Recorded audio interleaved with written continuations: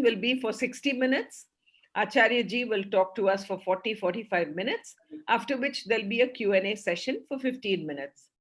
Please feel free to post your questions using the chat function, and we'll take up the questions immediately after the talk. A short introduction on our speaker today. Acharya ji is a scholar, practitioner, and teacher of the Advaita Vedanta philosophy, the spiritual knowledge expounded in the Upanishads and Bhagavad Gita. He has formally learnt Veda mantras from Sringeri Shankara Mutt.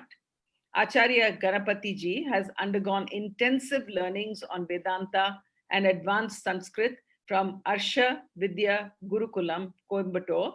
Their study included the Sanskrit commentaries of Adi Shankaracharya on the Vedantic texts and the Bhagavad Gita. Along with his studies, he learned Sanskrit language with Paninian grammar. So on to the program. Thank you so much for being here, Acharya Raghu Ganapati ji, and over to you. Om Vakratunda Mahakaya Suryakoti Samaprabha Nirvignam Kuru Me Deva Sarvakaryeshu Sarvada. Om Shri Mahaganapataye Namaha. Om Shri Gurubhyo Namaha. Harihi Om.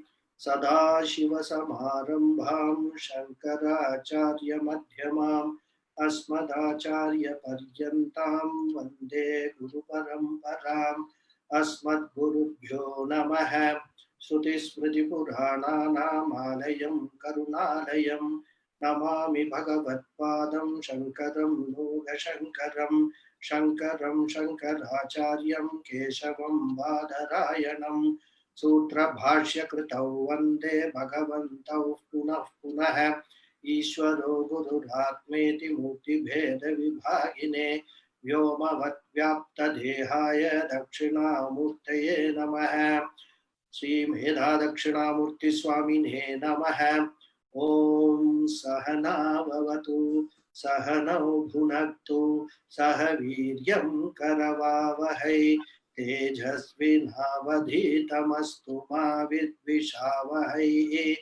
Om Shanti Shanti Shanti. Harihi Om. Shri Gurubhyo Namaha. Harihi Om. Namaste to all of you.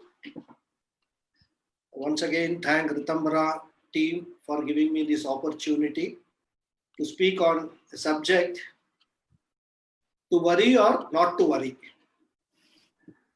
Now, in fact, to worry is the default mode for all of us, isn't it? Not to worry is something that we have to examine and learn how not to worry. So that's what briefly we'll be seeing in today's talk. A common feature for most of the human beings, in fact, I should say all human beings, is that everybody has got problems. One problem or the other, everybody has got. And they can be short-term problems or long-term problems. And everyone is constantly trying to get rid of these problems by using various methods. One way or the other, they want to get rid of it. But a more significant aspect of these problems is, and which can be considered as a universal problem, is worrying over the problems. So when there is a problem, worry is it comes automatically along with the problem. And the problems themselves may vary from individual to individual. One may have a financial problem, another may have a family problem, third one may have a health problem, a fourth person may have a workplace problem. The source of the problem may be different, but what is common is all of them have got a problem, right?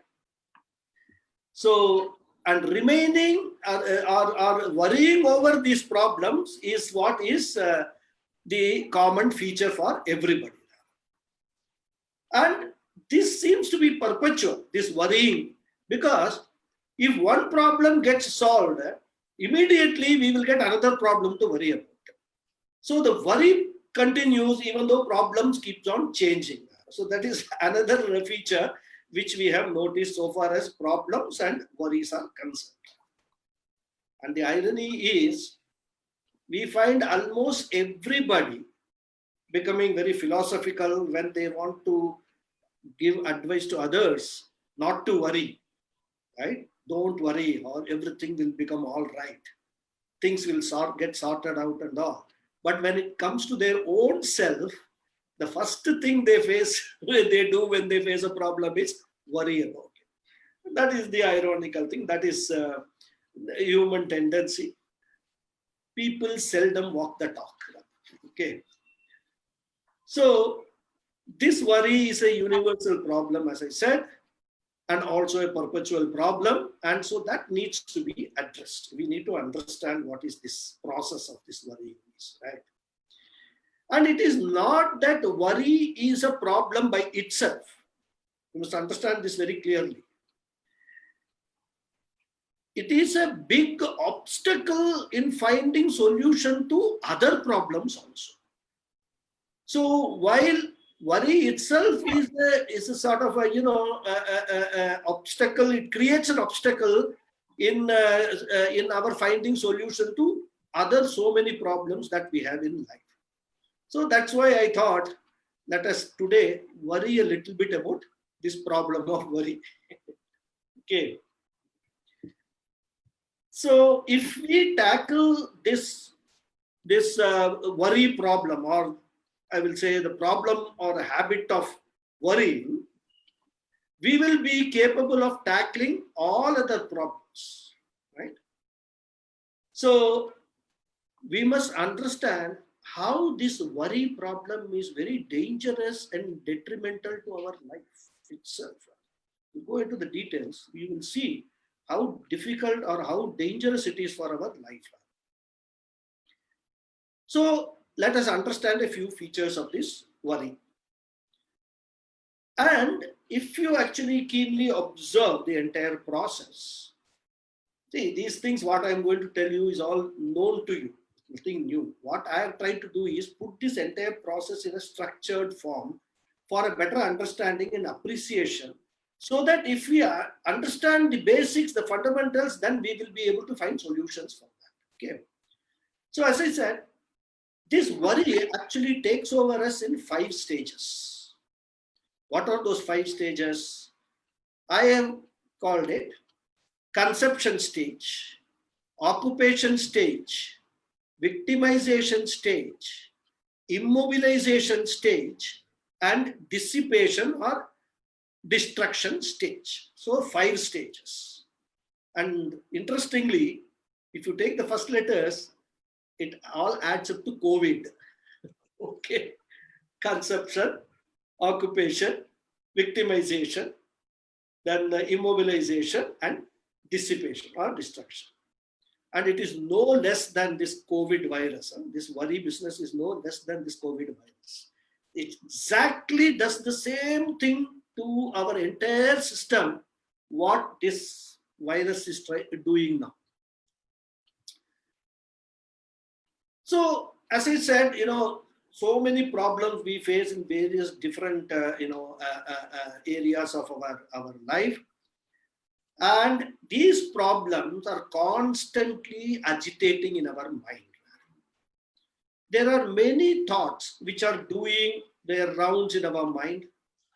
Many of them different, they represent different problems that we face. But what happens is, at a given point in time, one topic gets chosen to worry about. And this is what I call a conception stage.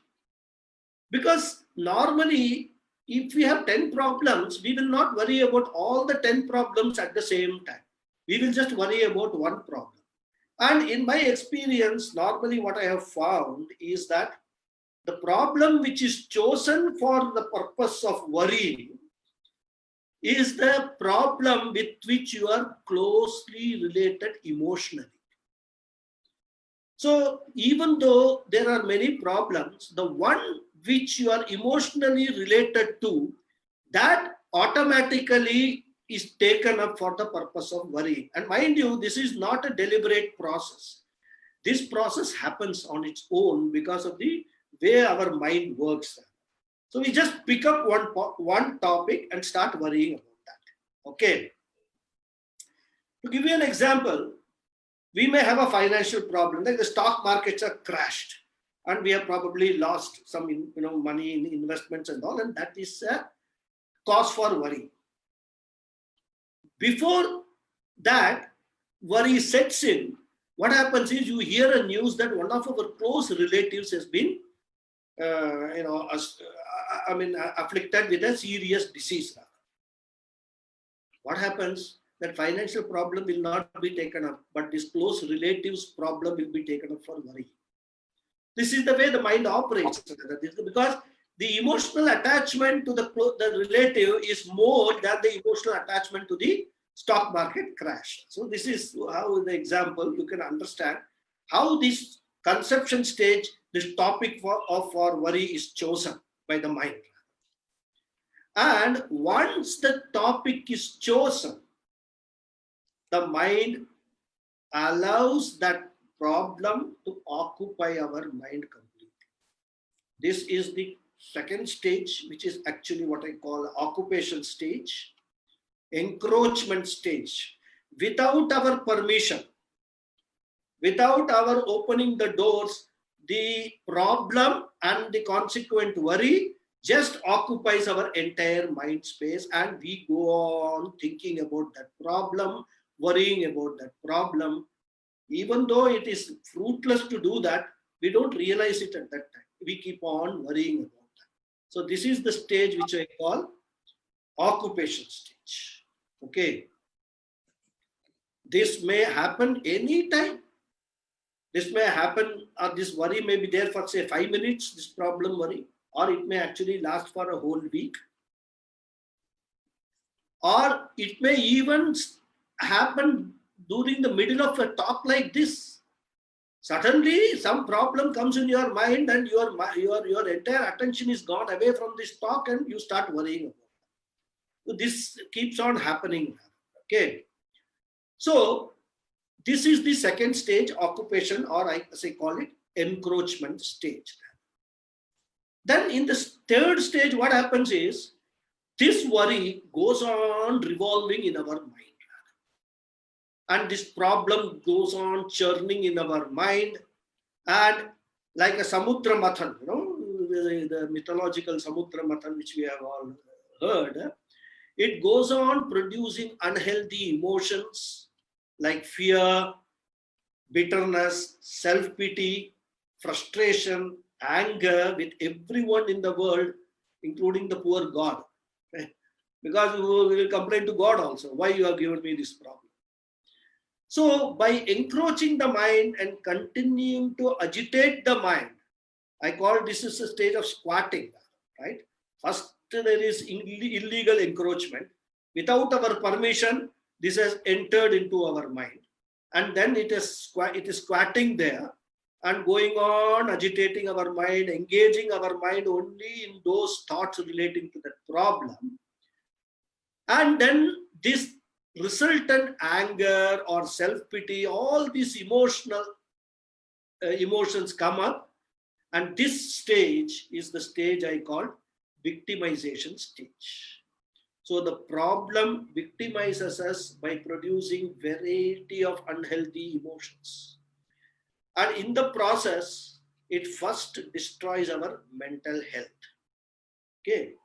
Every negative emotion, we must understand, is like an acid which corrodes our mind, whether it is bitterness or self-pity or hatred or anger. All these emotions slowly keep on corroding our mind, and the mind starts losing its strength. So we have to avoid all these emotional issues rather. And so every emotion like this, negative emotions especially, it first destroys the mental health. And then once a limit is crossed, it starts destroying the physical health also. That's why you will find this depression and all, I mean, it keeps on growing. It all starts with this worrying business only. And then because people are not able to address this, goes into depression. And once in depression, it goes into physical health being destroyed, including thoughts of taking one's own life, because they feel that there is no solution to the problem which they face. So in this victimization stage, both the mental health and the physical health is destroyed. Then we come to the fourth stage. And that stage is, once this worry is completely occupying our mind and generating all these emotions, what happens? All our intellectual resources get blocked. We will not be able to think rationally. We will not be able to try to find any solution to this problem. In fact, this worry becomes such a occupant that it doesn't allow you to do anything else, even physically immobilize you in very serious cases of worry, right? So the intellect cannot think. Therefore, we cannot mobilize our resources and think of solving the problem. So it's like a computer affected by a virus. So it said, I mean, there is so much commonality between worry and virus. Right? It's the same way it acts, in our mind and body. So once the negative emotions take over our mind, even though we might have studied Vedanta and all that, spiritually very evolved and all, even though we have got all knowledge, right, very accomplished people we are, we will find that we are not able to tap those resources, retrieve those intellectual resources, and utilize that knowledge for tackling this problem.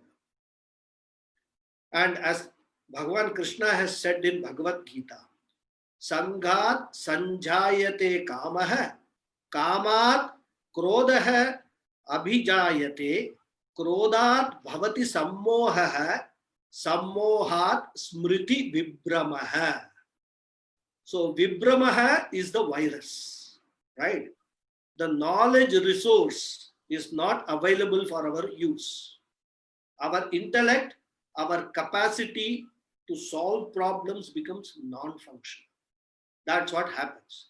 And so this is the stage I call as a stage of immobilization. You are totally immobilized, which means we cannot mobilize and gather our resources for exploring various possible solutions. This is the stage of immobilization. And once we reach this stage of immobilization, we can't think of solutions. So what is the damage done? The damage done is destruction of solutions at this stage. Because even solutions avoid destruction. Destruction means it's already there and it's destroyed. There's no solution coming up at all. That's the stage. So these are the four stages. Conception stage, then occupation stage, which is, I said, encroachment. Third stage was occupation. Then third stage was victimization. And the fourth stage is immobilization. So these four stages we have seen. And so in the fourth stage, the solutions either don't come up, or even if they are occurring, they are destroyed immediately. And then all these things cumulatively lead to what? Dissipation of life. Dissipation or destruction, in which the life itself becomes meaningless, and people start moving towards looking at different kind of solutions for ending this problem and ending this worry. Okay. So each stage something is destroyed, and this destruction keeps on adding till we reach the last stage, which is the dissipation or destruction stage. And this is the danger of the worry, and we don't take this seriously at all. We think that worrying is there, it's a common thing. Everybody worries, let me also worry. If it's a small kind of a situation, one can understand. You worry for little time, get over it, and then get out of it, fine. But if it has a potential to turn into a very serious situation, which is what we must all guard against. Exactly what is happening with COVID now, right? So initially people were very alert, then there was relaxation, people became totally, I would say, what word I can use? I don't want to use a very harsh word. They became relaxed. Okay. And then now we are seeing the result of that relaxation. The seriousness is there. Now in foreign countries in Europe and all that, they are thinking of again putting 100% lockdown. Okay. So, and the other problem also is there. Many people think that it is their responsibility to worry. This is the funny thing. They feel that, oh, I'm an elderly person. This is my family. Their problem is my problem. So if they face a problem, I have to worry about this problem. This is another funny thing which happens in most of our families. Rather, they worry about other people's worries, or other people's problems also. Rather, right? And they think that it is their duty to worry. If I don't worry, that means I'm not doing my duty. I'm not being a responsible elderly person. Right? In fact, I know a case, one of my friends, he is cool. I mean, he doesn't worry about too many things. So when somebody tells him something and he doesn't react, they say that you have become a jadam, you have become a totally impassionate fellow, you have no passions, you have no love for anybody. They keep on piling on to him, with all these things. And he comes and tells me, this is what is happening. I studied Vedanta and then I become emotionally very less connected to others.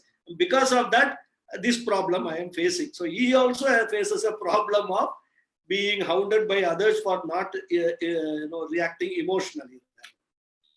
And that is why, there is a very beautiful shloka. It is there in our Shastra.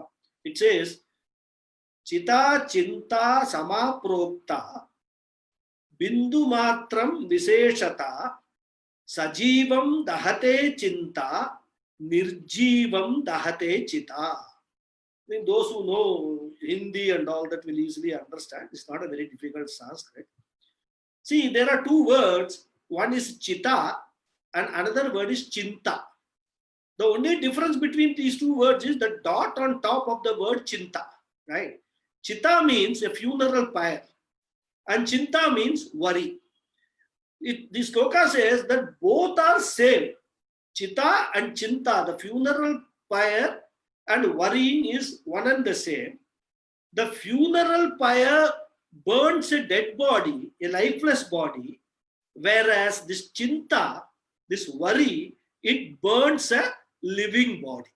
This is how, so it is more or less like a similar thing, like getting burnt completely in the life. So this is how the worry has also been, pointed out, and the negative effects of this worry have been pointed out in our Shastra.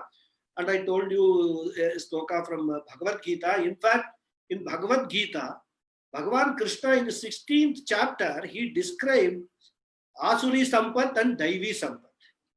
And in Asuri Sampat means the qualities which Asuras have. Asuras means you can roughly translate it demons, not the Devatas. So these Asuras qualities, one of the things Bhagavan Krishna points out is Chintam Aparimeyam cha Pralayantam Upashritah.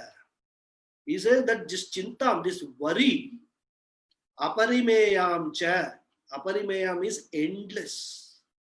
This worry, this endless worry, and endless means what? How long? He says it is not up to our death in this life. Up to the pralaya, up to the end of this yuga, it lasts, this chinta. Because when you take another birth, all these worries will continue in that birth also. Okay. So he just points out that how detrimental this worry is for our existence itself, our physical health, our mental health. right? Therefore, this worry is to be tackled. I can put it as number one enemy of ours to be tackled. Okay. Now, there can be a question. Question can be, if I don't worry, does it mean that I should suffer with all the problems that I have got? Should I be a victim of these problems, or should I become an irresponsible person? Shastra says that we don't say that you should suffer from the problem. What we say is that don't worry about the problems. Problems will be there. As long as you are living in this world, your interaction with the world is there, problems will be there. But what Shastra says is don't worry about it. Because worrying is not going to solve the problem. In fact, worry has got only negative effects. It doesn't have any positive effects, right? So what will solve the problem? Working on the problem will solve the problem. Finding a solution to the problem will solve the problem, isn't it? So our focus, when we face a problem or some problem enters our space, our focus should be, okay, this problem has come. I should find a solution to this problem. And that is where positively you have to address the problems and not negatively by worrying about the problems. Okay. So it is worry alone is condemned, not the problems.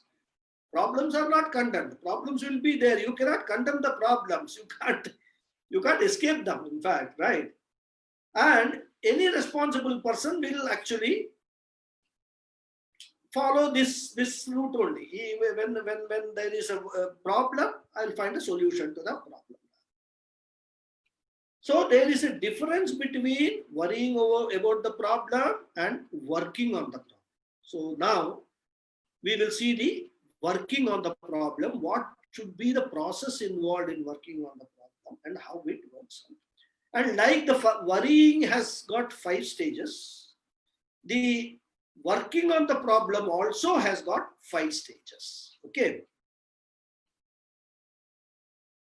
And if we clearly understand these 5 stages of working, we can find out whether we are worrying or working. Okay.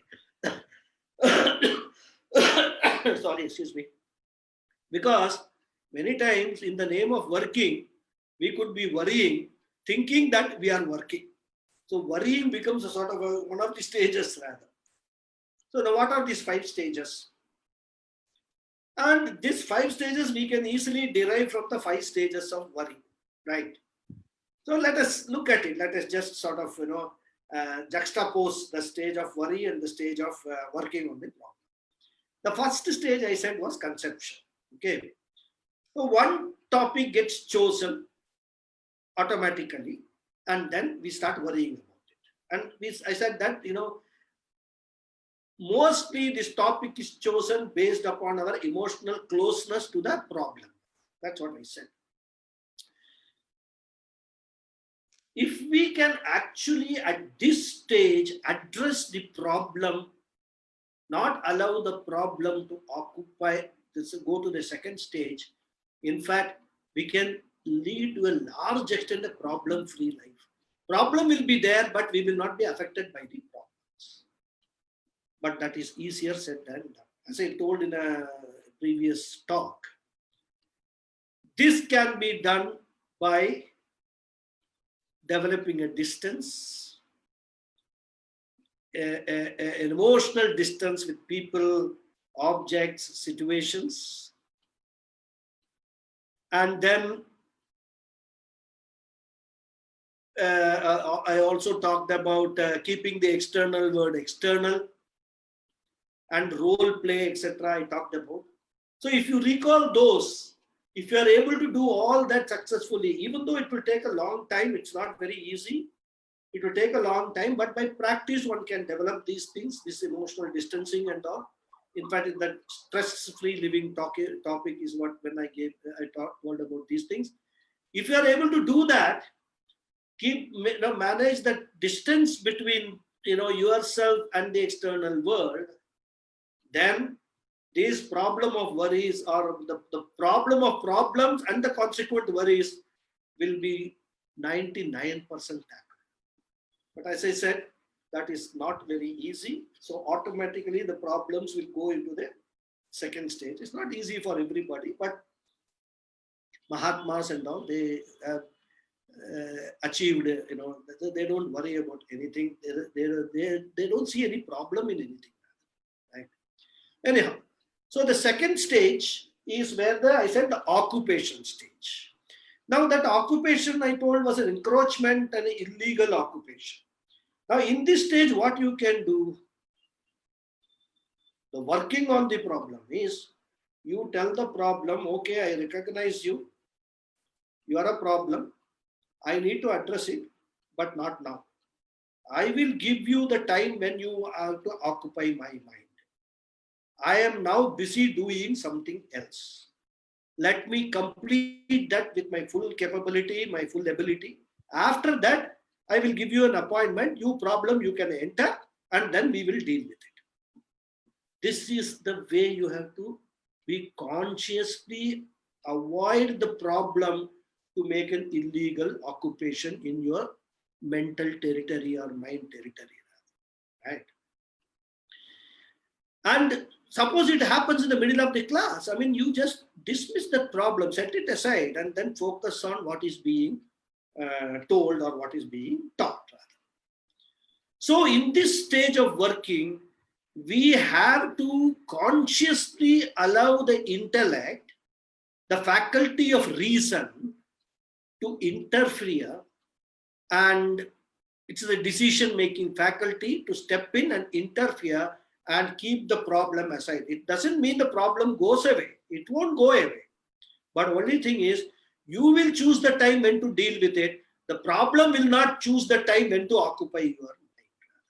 So this is the second stage where you recognize the problem, but then choose the time and duration on working with the problem, right? So you put a board, no admission to problems for the next 1 hour or next 1 day, something like that, right? And no admission without permission. Gate crashing is not allowed. So even because my mind is not a dharamshala or some public toilet that anybody can enter, we should have that consciousness that my mind is a temple. I mean, it's like a very pious thing. So we won't allow anything to enter just like that on its own, right? So even if it tries to occupy illegally, I just keep it out. Mr. Problem, please wait for some time till you are allowed. Great crushing is not allowed. Okay. So the second stage is a decision with a mental faculty as opposed to an occupation with the mind faculty. Well, the nature of the mind is like that. Mind is emotionally driven. It just looks for all these kind of problems so that it can actually generate a lot of emotions in you. Whereas the intellect part, the buddhi part, right? The buddhi is a reasoning faculty. It's a faculty, it's a decision-making faculty. So that faculty, you hand over this to that faculty, and then that decides, I will tell you when to deal with this problem. Then the third stage. What is the third stage? So far as worrying is concerned, we said that the problem goes on revolving in our mind, and then the victimization stage happens. It victimizes us and generates a lot of emotions. So now, while working on the problem, what do? We say, okay, now I am free. Let this problem come to me. Let me deal with this problem. And what do? You actually analyze the problem, and then you crystallize the problem into few important points. Okay, this is the problem. These are all the aspects of this problem. These are the dimensions of this problem. So you actually, even if need be, take a piece of paper and pencil and jot it down. What are all the issues relating to this problem? What are all the things that needs to be addressed so far as this particular problem is concerned, right? So you crystallize the problem, condense the problem, analyze the problem, and come up with the main features of the problem. What are all the various areas that needs to be crystallized or addressed? And once you have done this, you have come to this particular stage, it is no longer a meandering thinking and emotional disturbance and all that. Because you are able to study the whole problem and understand all its dimensions. So this is the stage of crystallization as opposed to victimization. So there is no emotion involved in this. You are just rationally addressing the problem. Okay. And the next stage, which is the fourth stage, is the exploration stage. What does this stage do? This stage, you look at the dimensions of the problem and then you start coming up with different solutions to the problem. Maybe each one solution for one dimension, different solution for a different dimension, or an overall total solution to address all the dimensions of the problem. And if we have done your analysis in the third stage very well, in the crystallization stage, then this stage becomes very, very easy. In fact, many of the solutions could be very intuitive also. You look at the problem, analyze the problem, and then intuitively you will get a solution that if I do this, maybe this will go away. This problem will go away, or I'll be able to rise above the problem. So, and this won't take much time actually. This fourth stage of exploration stage, which I call, which is just trying to find as many solutions as possible for solving the problem.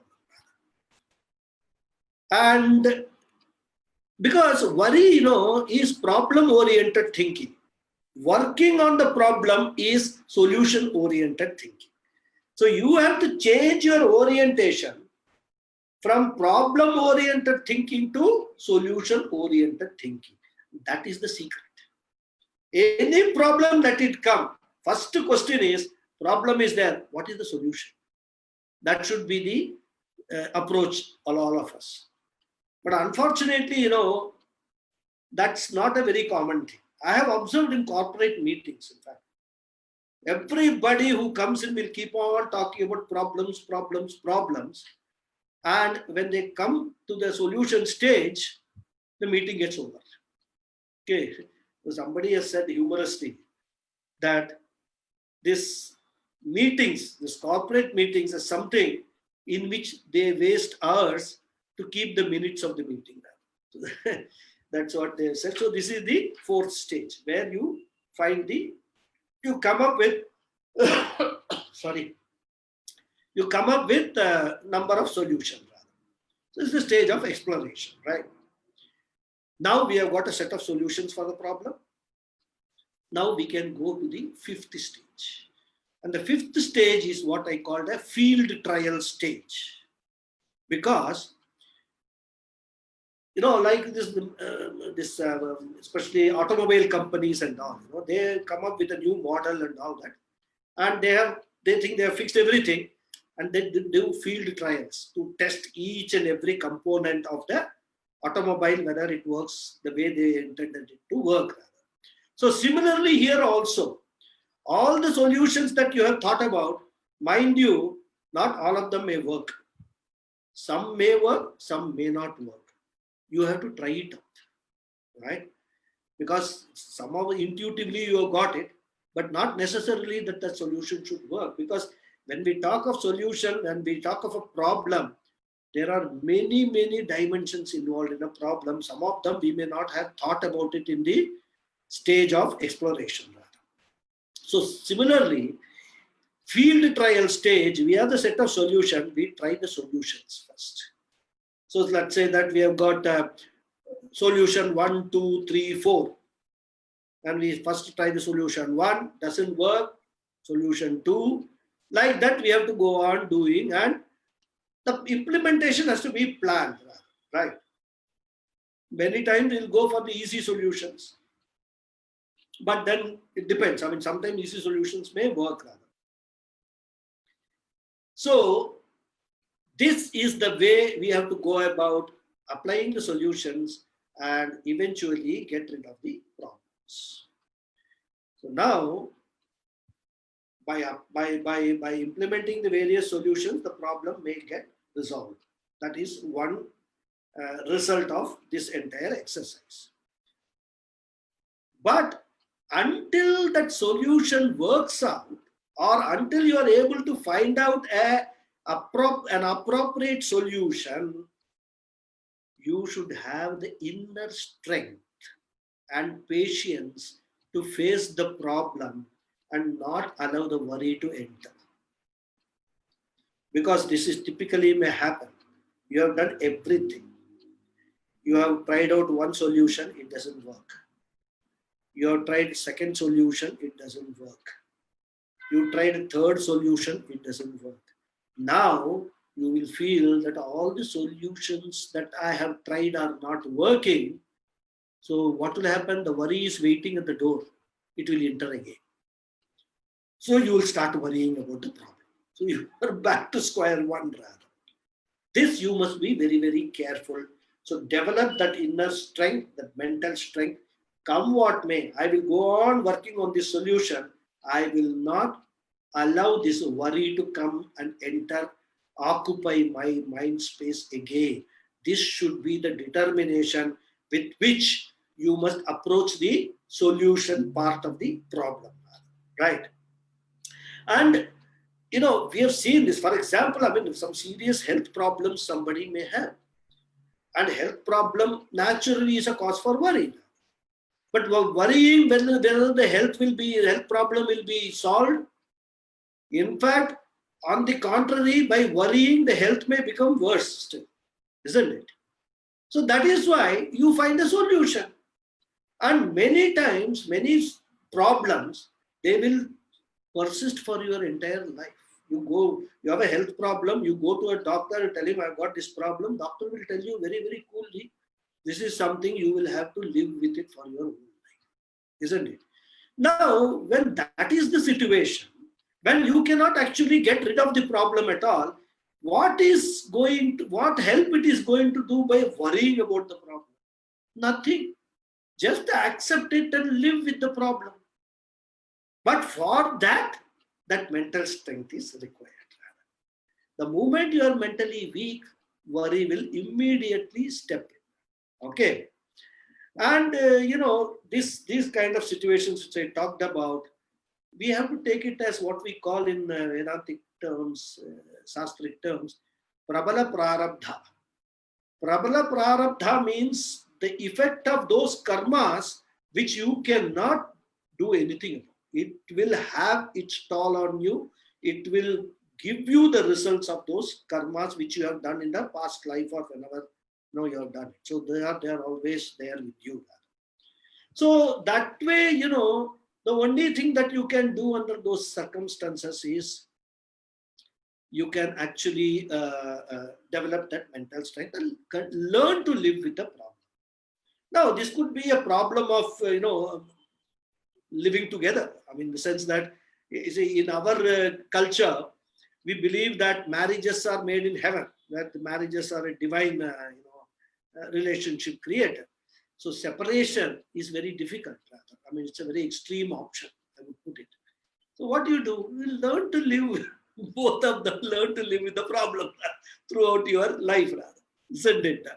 And we adjust during the course, we make adjustments and compromises and all that, and life goes on rather smoothly, right? Most of them.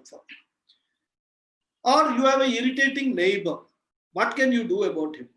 You have bought a house, very nice, very lovely house you have bought. And then suddenly you find that another person has bought your next apartment or whatever it is.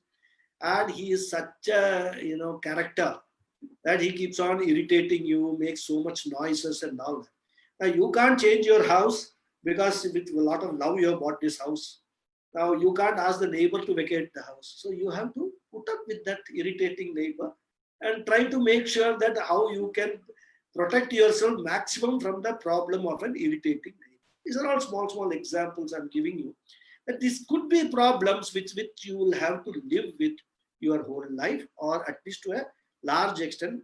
These are all, as I said, unsolvable problem. There are choiceless situations. We will have to learn to live with these choiceless situations. And then we have to strengthen the mind by what? By wisdom, by understanding, by prayers. Prayers are a very, very, strong method to strengthen your mind, rather, right? And so we have to what to do? Rise above the problem, so that the problem itself will become or look insignificant, right? We cannot change the problem, but we can rise above the problem to such an extent that from our vision, the problem appears very small. It is like, there is a story of Akbar and Birbal. Many of you might have heard. Akbar the Great, once he drew a line on a board, blackboard or whatever it is, and told the courtiers that you will have to shorten this line but you should not touch this line. Now everybody said, how can we do that? How can we shorten the line by not touching it? So then Birbal came and he was asked to do that. He said, it's very simple. He drew a bigger line next to that small line. So now automatically the previous line became shorter. So this is a thing. So when you get a bigger problem, all smaller problems get solved automatically. And what I was saying. So this is the way you have to rise above the problem. And this is not merely theoretical. Because I'm reminded of a quote from Mahatma Gandhi. He says, I cried because I had no shoes. Then I met a man who had no legs. Isn't it? So when you look at the problems that people in the world are facing, the serious problems that many people, even known to us, forget the general public, even people known to us are facing, then our own problems will seem very, very minuscule. Very, very easily you can rise above those problems. So therefore, by prayer, by wisdom, we have to prepare ourselves. We have to strengthen ourselves mentally rather, and toughen ourselves so that the problem becomes small, manageable, or livable rather. You can live with it, and then we can turn our attention to all other constructive activities to continue living with this problem, but continue doing what other constructive activities that you have to do. But then you may say that all this is all very theoretical. These are all very impossible to do. But we can take inspiration from the biographies of so many people that we have seen in our life, isn't it? There are some great achievers. Some of them are physically challenged, and that too very severely, in fact. We have seen that. But in spite of all that disabilities, the challenges which they have faced, they have risen above those challenges and achieved great things. For example, we all know the great scientist, Stephen Hawking. How he has overcome all his physical difficulties and infirmities to become one of the greatest scientists, isn't it? Another example which comes to my mind, which I've read some time ago, is this actress Sudha Chandra. I don't know how many of you heard about. She was a dancer, Bharatanatyam dancer also. When she was 16 years old, there was a road accident in which she lost one of her legs. And doctors said that, you cannot dance in future at all. You don't have a leg. Then she was fitted with this prosthetic Jaipur foot leg. She worked on it for 2 years, and then she came back to the stage and started dancing, and she has given performance all over the globe. Bharatanatyam dance performance with one prosthetic Jaipur foot. So if she had thought that, I don't have a leg, so now my life is over, I can't dance and all that. No. She overcame that problem, a serious problem of losing one's limb, and still, achieved whatever she has achieved in this world.